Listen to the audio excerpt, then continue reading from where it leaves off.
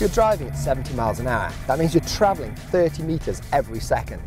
In a crash, the whole car can stop suddenly, but your head can still be travelling at 30 metres a second. With the steering wheel so close, if you're going to be saved, something soft has to come between you in less than a blink of an eye. That soft thing is something we've come to know as an airbag, and the original concept was that the driver in a crash would manually open some sort of valve to release compressed air into something like a pillow, a bit like this. Even with the pressure of a truck tyre coming through a fat valve, that was nowhere near fast enough. So what else could produce enough gas to rapidly inflate a bag? Explosives.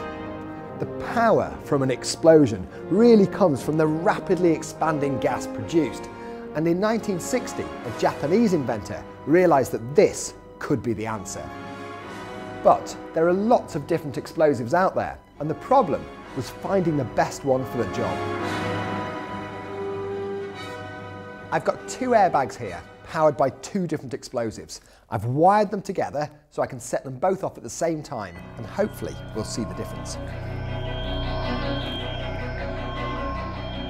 3, 2, 1. In slow motion, you can see the airbag on the left used a high explosive, which produced enough gas extremely quickly, but with relatively little heat. Whereas the airbag on the right, which used the low explosive, was very hot and much slower.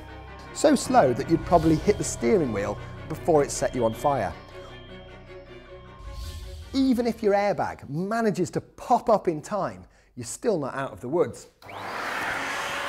Because if you were to slam into a bag full of confined gas, it's not far off hitting a solid object, and it's going to cause damage. So, the car industry have kitted their airbags out with a very cunning little device. Holes. So in reality, the airbag is actually deflating by the time you hit it. And those holes are carefully sized to smooth the impact as much as possible. And in fact, it's the energy given to the air rushing out of those holes that extracts the energy from your collision and is what ultimately saves you. The next problem the designers had to tackle was how to make sure the airbag went off instantly and reliably in a crash, but at no other time. The answer was beautifully simple. An inventor called Alan Breed came up with this. It's a steel ball inside a tube with a magnet at one end and two electrical contacts at the other. Now normally, the ball stays on the magnet, but under the sudden jolt of an impact, it gets dislodged, makes the contact and sets off the airbag. Let's give it a go. Okay, so fairly serious driving. That's fantastic, it's so reliable. Now it works well at this size, but can we scale it up?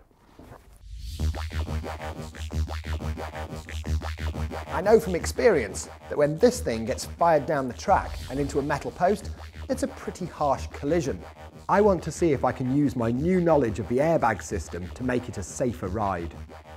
So we've kitted it out with some safety features. Airbag with high explosive to set it off and little vent holes to allow it to deflate.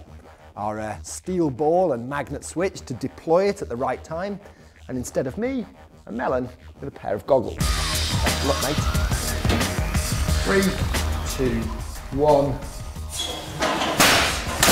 Whoa!